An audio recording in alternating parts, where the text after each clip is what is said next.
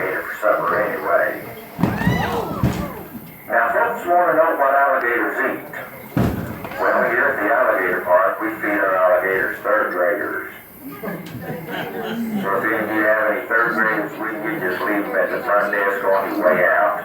We can always use the extra gator bait. Actually, alligators are carnivores.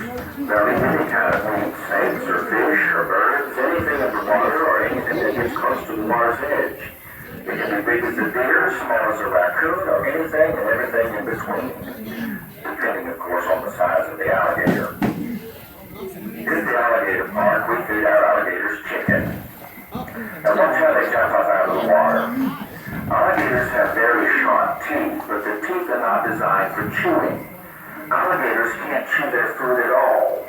Alligators have to swallow all of their food whole.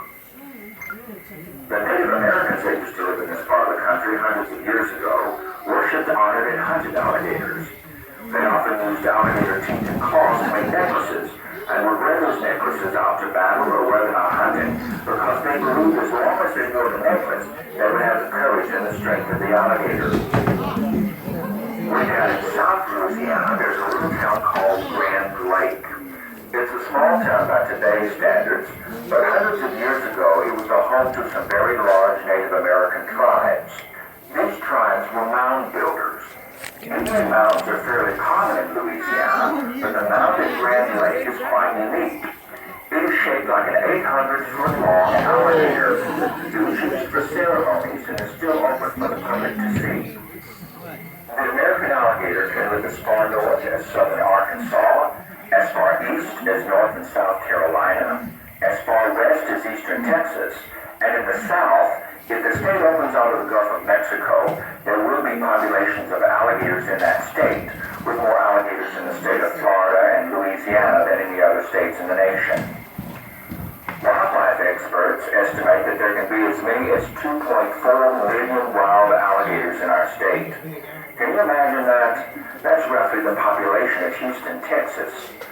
Well, let's face it, folks, we have alligators in every pond, lake, river, stream, and bayou in the state. I've even seen alligators in some of our bigger potholes. So we have to get used to alligators in Louisiana. So here's some tips for living with these alligators. This is in case you're visiting in one of our lakes or rivers in our state and happen to run across an alligator. Tip number 1. Whatever you do, don't ever feed an alligator. If you're picnicking on one of our lakes or rivers and you see an alligator, don't leave food out for him. Alligators can take care of themselves, and they very quickly learn to associate humans with food. That means if there are ever people around, they'll expect to be fed. And if they don't get fed when they think they ought to get fed, you'll end up with what we call a nuisance alligator. They just won't leave people alone. There was a lady who lives just north of here in the little town of Powhatan. They have a large pond in their backyard. One summer, an alligator took up residence in the pond. Well, the family thought it was pretty cool. Every time the grandkids came over or the neighbors came over, they fed the alligator.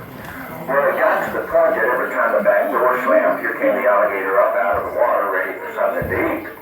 One morning, the lady started to go out on her back porch and discovered that she couldn't open the back door. Yeah, the alligator was on the back porch. It climbed up 5 steps and was just laying out there sunning himself.